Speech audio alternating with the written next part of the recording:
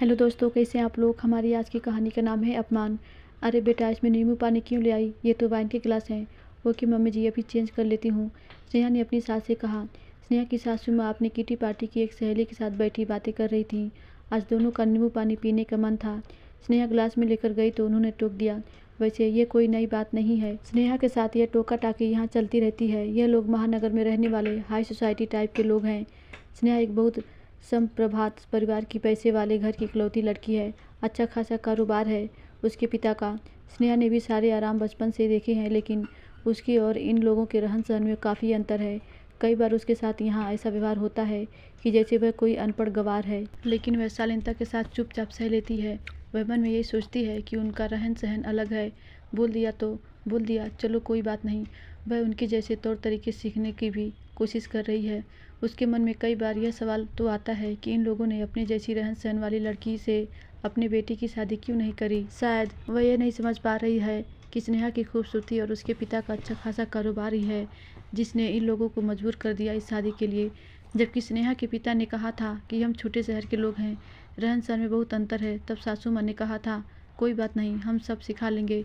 आपकी बेटी बहुत पढ़ी लिखी और होशियार है, उसके अंदर कोई कमी नहीं है। लेकिन अब उन्हें रोज़ कमियां दिखती रहती हैं। इन सब बातों को दिमाग से झटक कर स्नेहा अपने कामों में लग गई। वह सब बर्दाश्त कर लेती, लेकिन उसके पति पार्थ का अपने साथ काम करने वाली एक महिला के साथ ज़रूरत से अधिक दोस्ताना उसको बर्दाश्त नहीं हो रहा है। जब भी वह कुछ कहने की कोशिश करती है तो पूरा घर यही कहता है, अरे साथ काम करने वालों से दोस्ती तो होती है, तुम नहीं समझ पा रही हो, उसमें गलत कुछ भी नहीं है। उस लड़की का घर आना, इन लोगों के साथ इतना घुलना मिलना, इतनी नज़दीकी के साथ अधिकार के साथ पार्थ से बात करना स्नेहा को अच्छा नहीं लगता है।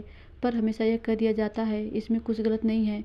वह भी सोचने लगती है कि चलो हो सकता है वही गलत सोच रही है, कुछ भी गलत नहीं है उन दोनों के बीच में। वह हमेशा यही सोचती रहे कि वह अपने नाम की तरह ही एक दिन इन लोगों के मन में भी ऐसी जगह बना लेगी और इनकी सारी शिकायतें दूर हो जाएंगी।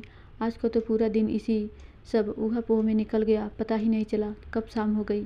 स्नेहा ने रसोई में जाकर कुक को बताया कि रात के खाने में क्या बनेगा और शाम के लिए कॉफ़ी बनाने के लिए बोल दिया। उसको पता था पार्थ के आने का टाइम हो गया है तो सब एक साथ बैठकर कॉफ़ी पियेंगे। पार्थ ऑफिस से आ गए, कपड़े बदलकर वह भी ड्राइंग रूम में बैठ गए। कॉफ़ी का इंतज़ार करने लगे। आज काफ़ी कुछ खुश नज़र आ रहे हैं। माँ पापा, मेरी कंपनी दूसरी कंपनी को टेक ओवर करने वाली है, उसके लिए मुझे दूसरे शहर जाना है।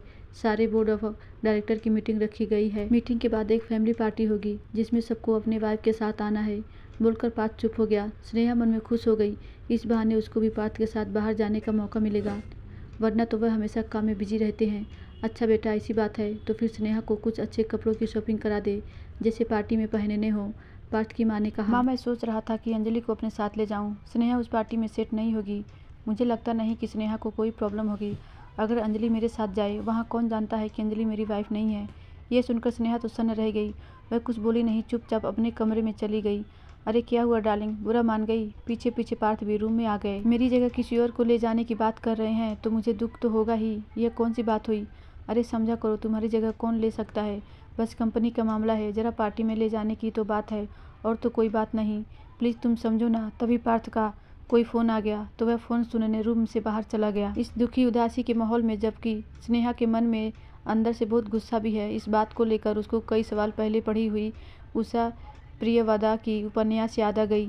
शेष यात्रा नायिका के साथ लगभग ऐसा ही व्यवहार होता था और उस नायिका ने अपना पूरा कायाकल्प करके उन लोगों जैसी बन गई थी, लेकिन अपने संस्कार नहीं छोड़े थे और उनको दिखा दिया था वह कुछ भी कर सकती है। आज स्नेहा ने भी मन में सोच लिया है वह भी इन लोगों को दिखा देगी कि स्नेहा भी कुछ भी कर सकती है, लेकिन अब उनके साथ नहीं रहेगी। उसको अपने आत्मसम्मान के साथ समझौता अब बिल्कुल बर्दाश्त नहीं है। धन्यवाद दोस्तों, आशा करती हूँ ये कहानी आपको ज़रूर अच्छी लगी होगी।